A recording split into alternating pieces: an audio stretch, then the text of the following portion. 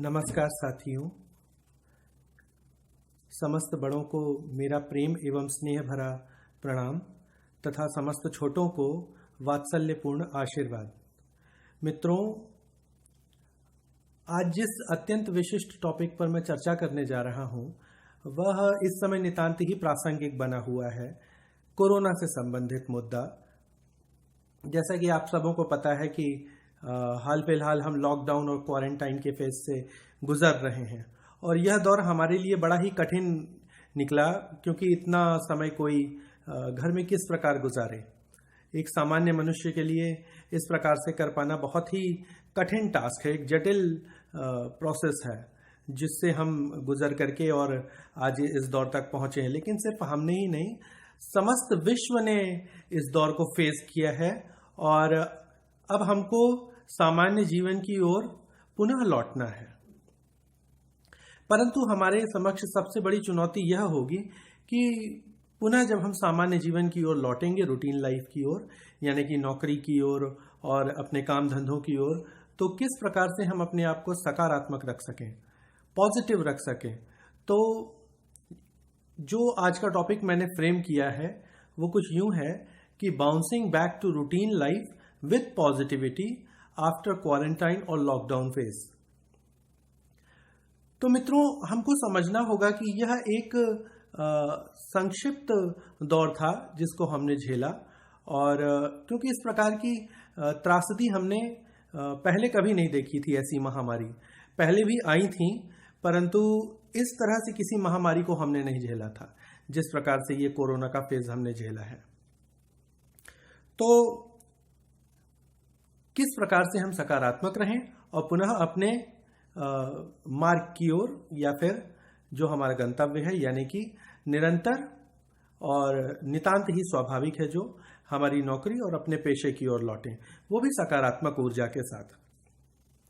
तो मित्रों, आप समस्त बुद्धिजीवियों और गुणीजनों को मैं साधुवाद देता हूं। और अगर आपने भगवत गीता पढ़ी होगी तो भगवत गीता में भी प्रभु कहते हैं कि यदृच्छा चोपपन्नम स्वर्ग द्वारम पावृतम सुखिनः क्षत्रियः पार्थ लभन्त युद्धमीदृशम। तो ऐसा ही आपको भी समझना पड़ेगा कि यह एक संघर्ष का दौर था जो हम सब ने मिल करके पार किया है। अभी पार क्या किया है, अभी तो एक लंबी प्रक्रिया है और यह कितना चलने वाला है कोई नहीं जानता है। इसलिए एक प्रॉपर प्रक्रिया को हमने अपना लिया है और इस जीवन पद्धति को हमें समझना पड़ेगा जो प्रकृति हमको समझा रही है, निर्दिष्ट कर रही है। इसमें प्रभु क्या कहते हैं, यदृच्छा चोपपन्नम स्वर्ग द्वारम पावृतम सुखिनः क्षत्रियः पार्थ लभन्त युद्धमीदृशम। अर्थात युद्ध करने का अवसर किसी किसी भाग्यवान पुरुष को या व्यक्ति को ही प्राप्त होता है, और जिस व्यक्ति को प्राप्त होता है यह अवसर संघर्ष करने का या युद्ध करने का, उसके लिए स्वर्ग के द्वार अपने आप ही या स्वतः स्फूर्त होकर ही खुल जाते हैं। तो मित्रों, आप भी ऐसा ही समझें कि यह एक यज्ञ था जो आपने किया, यह एक संघर्ष था, युद्ध का दौर था जो आपने पार किया है या पार करने वाले हैं अभी। और जिनको इससे क्षति हुई है वो क्षति को तो हम नहीं भर सकते हैं, परंतु यही समझ लें कि यह प्रकृति निर्दिष्ट ही था, किसी के हाथ में नहीं था। अभी हम क्योंकि सकारात्मक बातों पे चर्चा कर रहे हैं, इसलिए नकारात्मक ऊर्जा यानी कि यह चीन का षड्यंत्र था कि क्या था, इस ओर चर्चा नहीं करेंगे। ये सब एक पॉलिटिकल चीजें हैं या पॉलिटिकल बातें हैं। राजनीतिक परिप्रेक्ष्य पे चर्चा न करते हुए सामान्य परिप्रेक्ष्य में, जन सामान्य के परिप्रेक्ष्य में हम इस विषय पर चर्चा करेंगे। अच्छा मित्रों, यह समझने की आवश्यकता है कि असल में बाउंस बैक किसको करना है, कौन है जो बाउंस बैक करने वाला है, यानी कौन लौटेगा सामान्य जीवन की ओर। क्योंकि देश से हम नहीं है, हमसे देश है।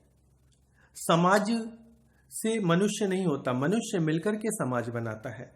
मनुष्य से राष्ट्र होता है, मनुष्य से उसकी संस्कृति होती है। ठीक है, इसीलिए हम लॉकडाउन में थे, हम क्वारंटाइन थे या आइसोलेट थे। इस कारण से ही देश ने लॉकडाउन का फेस झेला, क्योंकि श्रमिक ही जो हैं वो काम करते हैं, और जब हम ही घर में बैठे हुए, तो किस प्रकार से धंधा और अर्थव्यवस्था आगे बढ़ेगी या राज्य व्यवस्था आगे बढ़ेगी। तो अगर हम मैक्रो पर्सपेक्टिव में, यानी कि अगर समष्टि रूप में, वृहद रूप में देखें, तो यानी कि देश के रूप में देखें, तो कार्यपालिका यानी कि हमारी एग्जीक्यूटिव बॉडी, उसके अलावा विधायिका यानी कि हमारा लेजिस्लेचर, और इसके अलावा न्यायपालिका यानी कि जुडिशरी, तत्पश्चात अर्थव्यवस्था यानी कि हमारी अर्थव्यवस्था में क्या क्या, कृषि, एग्रीकल्चर, सेवा क्षेत्र यानी कि सर्विस सेक्टर, और विनिर्माण क्षेत्र यानी कि मैन्युफैक्चरिंग सेक्टर। इन्हीं तीनों से मिलकर के ही अर्थव्यवस्था खड़ी होती है, इन्हीं तीनों क्षेत्रों के माध्यम से, और हम सारे सामान्य जन इन्हीं क्षेत्रों में काम करते हैं। तो इन सारी चीजों को मैक्रो पर्सपेक्टिव में देखें तो इन सारी चीजों को बाउंस बैक करना है और इनको वापस सामान्य रूप में आना है। परंतु अगर हम माइक्रो पर्सपेक्टिव में देखें, यानी कि सूक्ष्म रूप से इसका निरीक्षण करें, तो समाज यानी कि हम, आप, उनको वापस सामान्य जीवन में लौटना है। हाँ, ये सामान्य सी बात है कि हमको थोड़ा जटिल लगेगा फिर से उन्हीं बंधु बांधवों से मिलना, मित्रों से मिलना और सामान्य जीवन में लौटना, परंतु समय हमेशा एक सा नहीं रहता, समय बदलता है और ऐसा ही मान करके आपको भी अपने आप को बदलना पड़ेगा और वापस सामान्य जीवन की ओर लौटना पड़ेगा। कुछ दिन समस्या जाएगी, परंतु उस समस्या को झेलते हुए और बर्दाश्त करते हुए और वापस सामान्य जीवन की ओर अपने बारे में सिर्फ ना सोचते हुए, देश के कल्याण के बारे में सोचते हुए और देश के, समाज के कल्याण के बारे में सोचते हुए आपको वापस लौटना है, क्योंकि आप काम करेंगे तब हमारी अर्थव्यवस्था आगे बढ़ेगी। क्यों? क्योंकि आइसोलेट कौन था? आइसोलेट आप थे। क्वारंटाइन फिर आपको किया गया। क्वारंटाइन करने से ही जो देश की अर्थव्यवस्था है वो कमजोर पड़ी, यानी कि जो हमारे उद्यम थे, जो हमारी इंडस्ट्रीज थी, उन सबको लॉकडाउन का फेज देखना पड़ा, क्योंकि हम ही नहीं जाएंगे तो वो काम कैसे होगा। श्रमिक तो चाहिए ना, कामगार तो चाहिए काम करने के लिए, कर्मचारी चाहिए, अधिकारी चाहिए। तो ये समाज कौन कौन है? उनमें कुछ एक्टिव सिटीजन्स आते हैं और कुछ इनएक्टिव सिटीजन्स आते हैं। एक्टिव सिटीजन्स कौन से हैं? जैसे प्रशासक यानी कि हमारा एडमिनिस्ट्रेशन, उसके अलावा शिक्षक यानी कि टीचर्स, और शासक गवर्नमेंट, व्यापारी, व्यवसायी, चिकित्सक, कर्मचारी, श्रमिक या मजदूर। हाँ, श्रमिकों और मजदूरों के साथ जो सरकार ने एक पॉलिसी अडॉप्ट की वो नितांत ही निंदनीय है और सरकार उन चीज़ों को समझ नहीं पाई, गवर्नमेंट, और निश्चित ही उनकी भर्त्सना की जानी चाहिए। और ये एक सही नीति नहीं थी जिस प्रकार से श्रमिकों के साथ किया गया, वो देख करके किसी का भी हृदय द्रवित हो जाएगा। परंतु श्रमिकों को भी फिर से लौटना है, क्योंकि श्रमिक है तो ही हमारा इंडस्ट्रीज या हमारा बिजनेस आगे बढ़ेंगे। और कुछ सामाजिक कार्यकर्ता यानी कि सोशल वर्कर्स, विद्यार्थी, खिलाड़ी, कलाकार इत्यादि, ये सारे के सारे जो हैं समाज में, इन सबको लौटना है, तभी हमारी अर्थव्यवस्था या हमारी जो पूरी राज्य व्यवस्था है वो सुदृढ़ हो पाएगी और सहज रूप से पुनः आगे बढ़ने पाएगी। और इन्हीं में कुछ इनएक्टिव सिटीजन्स यानी कि जो गृहिणी हैं, आजकल तो गृहस्थ नारियों के अलावा गृहस्थ पुरुष भी होते हैं, तो गृहिणी या फिर गृहस्थ पुरुष जो भी हैं, दोनों को यह सलाह है कि वह भी अपने सामान्य जीवन में लौटे। और सीनियर सिटीजन्स को ज़रूर कुछ समस्या हुई और उनको भी अब वापस उसी दौर में लौटना है। सीनियर सिटीजन्स ज़रूरी नहीं घर में ही बैठे हों, वो समाज के किसी प्रमुख तबके में कार्यरत भी हो सकते हैं, हो सकता है वो सोशल वर्कर्स हों, ठीक है।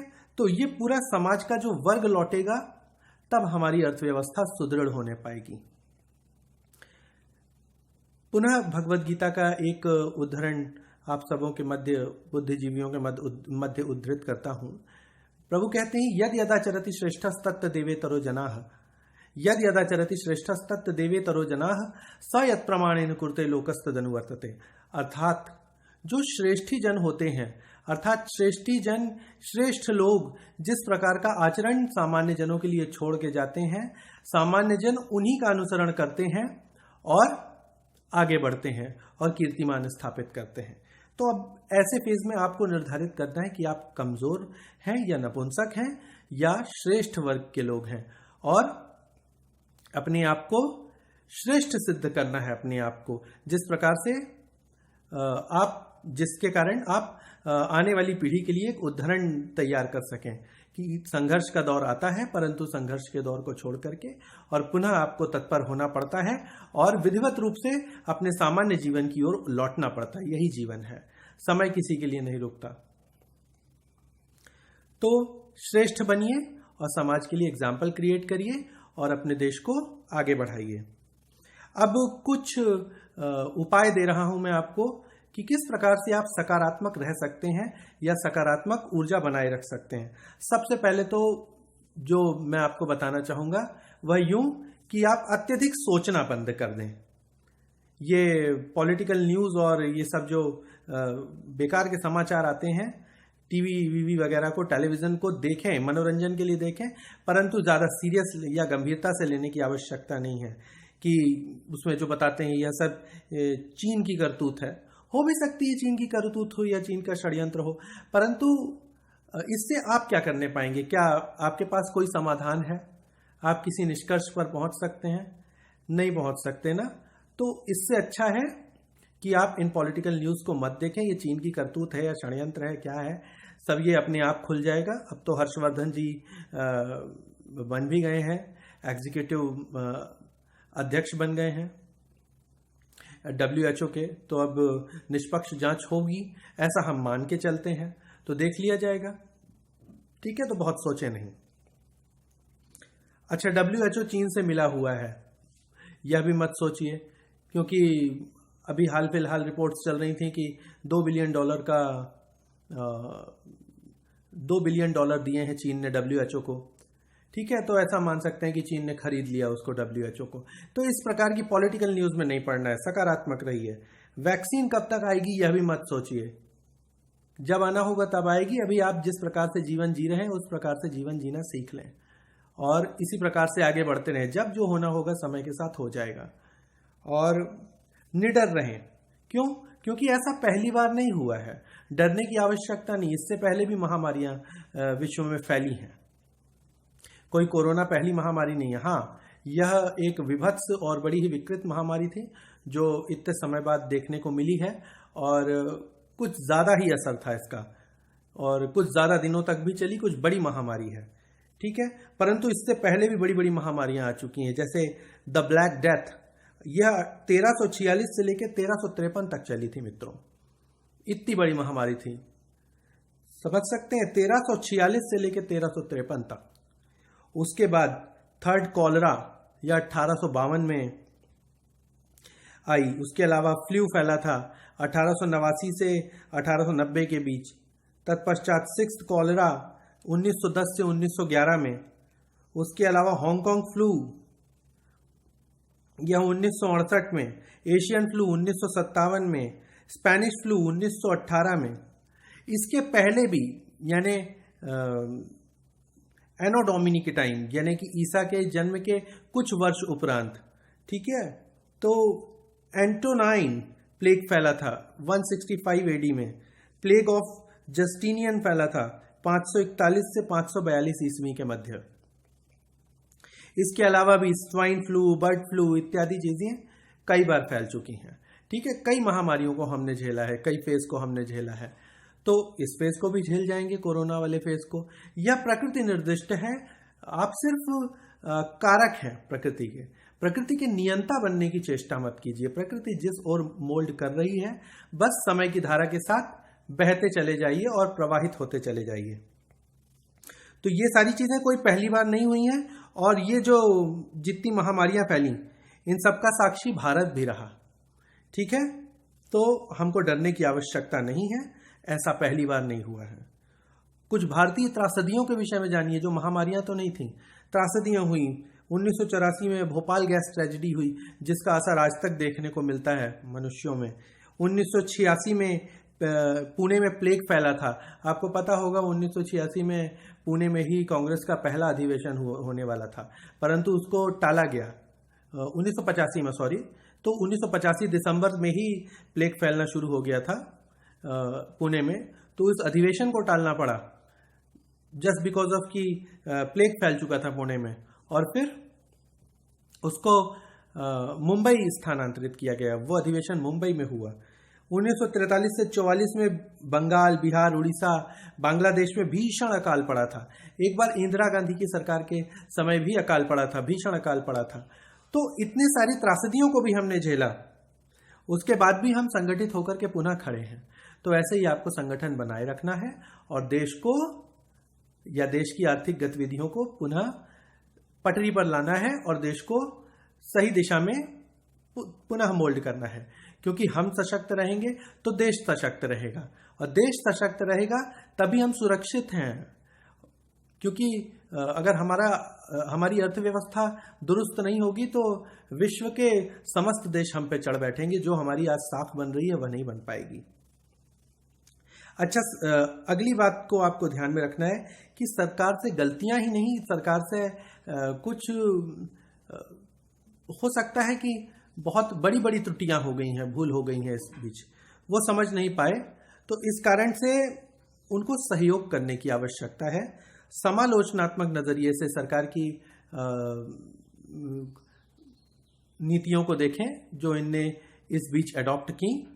समालोचनात्मक यानी समीक्षा करें, सिर्फ आलोचना नहीं करें, समालोचना करें, पॉजिटिव नेगेटिव दोनों देख करके चलें। और हो सके तो स्टेट गवर्नमेंट और सेंट्रल गवर्नमेंट की मदद भी करें, कुछ सहयोग करें। जरूरी नहीं कि आर्थिक रूप से ही सहयोग करें, समाज में उतर करके यदि आप सामाजिक कार्यकर्ता के रूप में समाज की कुछ मदद कर सकें, सहायता कर सकें, तो उस रूप में बाहर निकल के आएं। तत्पश्चात प्रोडक्टिव तो बने ही रहें, परंतु प्रोडक्टिव बने रहने के साथ साथ ही रचनात्मक भी बने रहें, क्रिएटिव भी बने रहें, और हाँ, स्वास्थ्य का भी ध्यान रखें।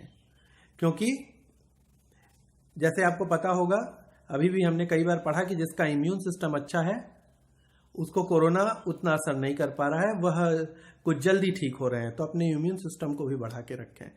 काम इतना न करें कि आपका इम्यून सिस्टम खराब हो जाए या आपकी रचनात्मकता का या आपकी सामाजिकता का ह्रास हो जाए। ठीक है, तो रचनात्मक भी बने रहें और साथ के साथ स्वास्थ्य का भी ध्यान रखें। हाँ, एक विशेष सलाह मेरी व्यक्तिगत रूप से, निजी सलाह जो है वह यूं है कि सत्संग का मार्ग कृपया न छोड़ें। सत्संग जरूर करें, क्योंकि सत्संग ऐसी चीज है जिसमें जाने के बाद एक सकारात्मकता अपने आप ही बनी रहती है। ईश्वर से दूर जो मनुष्य होता है ना, वह अपने आप ही नकारात्मक ऊर्जा के समीप आ जाता है। परंतु जो व्यक्ति ईश्वर के समीप होता है उसका प्रकृति भी अपने आप साथ देती। मेरा अपना विश्वास है कि ईश्वर है, तो अनीश्वरवादी बनने की चेष्टा न करें। सत्संग में साधु संतों के बीच में बैठें। जैसा कि सुंदरकांड में भी तुलसीदास जी, गोस्वामी तुलसीदास जी कहते हैं, तात स्वर्ग अपवर्ग सुख धैर्य तुला एक अंग, और तुल न ताहि सकल मिली जो सुख लव सतसंग। अर्थात स्वर्ग और अपवर्ग के सारे सुख भी मिला लिए जाएं तो उसकी उस सुख से तुलना नहीं हो सकती जो सुख सत्संग से या साधु संतों के या सत्संगियों के बीच में बैठने से मिलता है। तो ये एक अलग ढंग की सकारात्मक चेतना या ऊर्जा है मित्रों, इसको भी अपनाएं। अब परिस्थितियों को कुछ ऐसे सिंह हैं या शेर हैं जिन्होंने मात दी है। इनमें कई लोग हैं, इनके साथ तो न जाने कैसी कैसी विषम परिस्थितियां हैं। स्टीफन हॉकिंग्स थे, उसके अलावा दीपा मलिक, विनोद कुमार बंसल, बहुत सारे एग्जाम्पल नहीं दे रहा हूं मैं। विनोद कुमार बंसल आप जानते होंगे, कोटा में बंसल कोचिंग के मालिक हैं। यदि आपके बच्चे कोटा पढ़ने गए होंगे तो उनके साथ तो प्रकृति ने ही इतनी त्रासदी कर दी है, इतनी विषम परिस्थितियां उनके साथ ला दी हैं, परंतु वह भी अपने जीवन में आगे बढ़ गए। और देखिए, आज उनने अपने आप को इतना बड़ा नाम बना लिया है और अपने आप को और अपने जीवन को भी सत्य सिद्ध किया है, और वास्तविकता में परोक्ष भाव से अपने जीवन को सफल और सुफल भी बनाया है। तो ऐसा आपको भी करना। आपके साथ तो कुछ नहीं है, ये एक फेज था जिसको आपने झेला और उसके बाद आप आगे बढ़ गए। कोरोना का फेज, कुछ लोगों को कोरोना हुआ और कुछ लोगों ने कोरोना के कारण घर में कैद रहे वो, और एक कठिन समय को, उनने जटिल समय को देखा, परंतु जो हो गया सो हो गया। अब इसी के साथ आपको यह ध्यान रखना है कि बीती ताही विसारिये आगे की सुधले, अर्थात जो गया सो गया, मतलब जो चला गया वह तो लौट के नहीं आएगा। ठीक है, तो बीती ताही विसारिये आगे की सुधले, हमारे पूर्वज हमेशा कहते थे यह बातें, हमारे बड़े बुजुर्ग, कि सारी पुरानी बातों को भूल जाइए और आगे बढ़ जाइए। जिस प्रकार से अंतोगत्वा में आपको यही कहना चाहूंगा कि समय हमेशा एक सा नहीं रहता। स्वामी विवेकानंद ने भी यही कहा था कि जो कल था वह बहुत अच्छा था, जो आज है वह उससे अच्छा है, यानी वर्तमान कल से अच्छा है, और आने वाला कल इससे भी अच्छा होगा। यानी कि ऑप्टिमिस्टिक रहिए, पैसिमिस्टिक नहीं रहिए। जो आने वाला कल होगा वो बहुत अच्छा होगा, डरने की कोई आवश्यकता नहीं है। ठीक है, तो सब कुछ अच्छा होने वाला है आपके साथ। अंतोगत्वा भगवत गीता की एक और बात कि अथचेत्वमिमं धर्म्यं संग्रामं न करिष्यसि ततः स्वधर्मं कीर्तिं च हित्वा पापम वाप्स्यसि। अर्थात यदि आप संग्राम नहीं करेंगे, जो संघर्ष आपने आपको प्रकृति ने दिया है या निर्दिष्ट किया है उसका अपमान करेंगे आप और संघर्ष नहीं करेंगे, तो आप काल के गाल में समा जाएंगे और पाप को प्राप्त होंगे। तो पाप को प्राप्त मत होइए। समय हमेशा एक सा नहीं रहता, समय बदलता रहता है, समय परिवर्तनीय है। समय की इज्जत कीजिए, सम्मान कीजिए। इसी के साथ धन्यवाद, सुखी रहिए।